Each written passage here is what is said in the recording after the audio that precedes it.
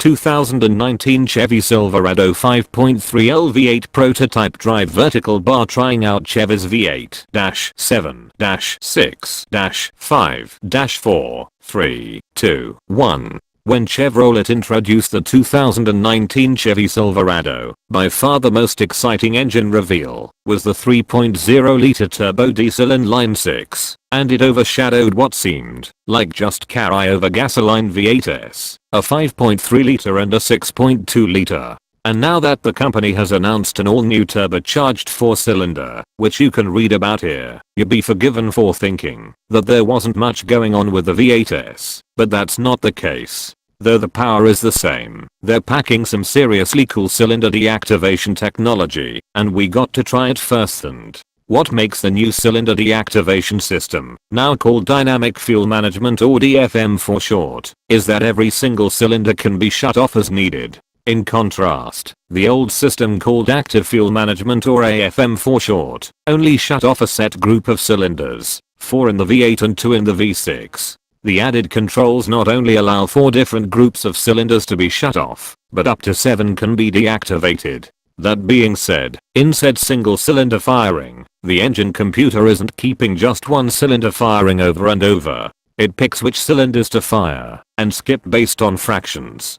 For instance, it can choose to fire every third cylinder. So in the firing order, every third cylinder fires, and the 2 preceding and following are shut off. And it just keeps following that pattern until it decides something else is needed. And it decides what is needed 80 times a second, picking from 17 different firing combinations. It can also ramp up and down the firing fractions in order to make the changeover smoother, and the varied cylinder firing helps mask the fact that it isn't always firing every cylinder. Speaking of improving smoothness, Chevy also implemented an heat damper in the 8 and 10-speed automatic transmissions fitted to these updated V8s, the new turbocharged 4-cylinder and diesel 6-cylinder. It helps keep vibrations from the engine getting to the driveline, and how much it dampens the vibrations is based on how much the torque converter is allowed to slip by the computer. And the computer knows this, based on what the engine firing pattern is. So how does all this work in practice?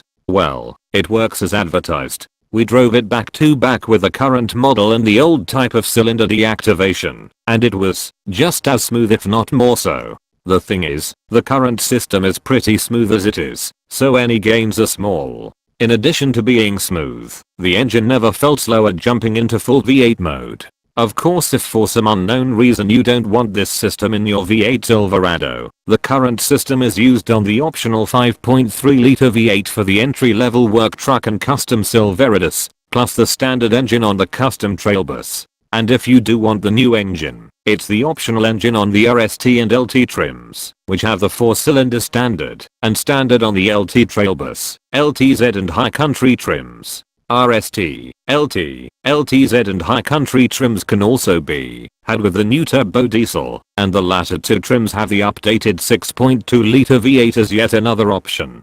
Of course, as interesting the engine is, and as well as it works, an engine alone does not a pickup truck make. It's still got to handle and ride well. And in our roughly 10 to 15 minute loop, the Silverado feels pretty good.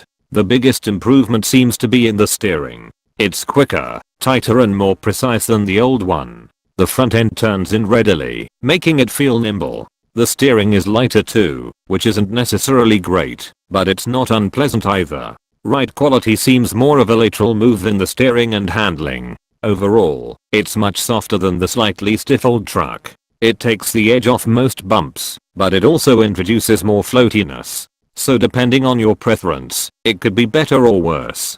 Pricing and fuel economy for the new 5.3-liter Silverados, as well as the other trim levels and engine options have yet to be revealed. Those specifications will be announced later in the year, closer to when the trucks go on sale.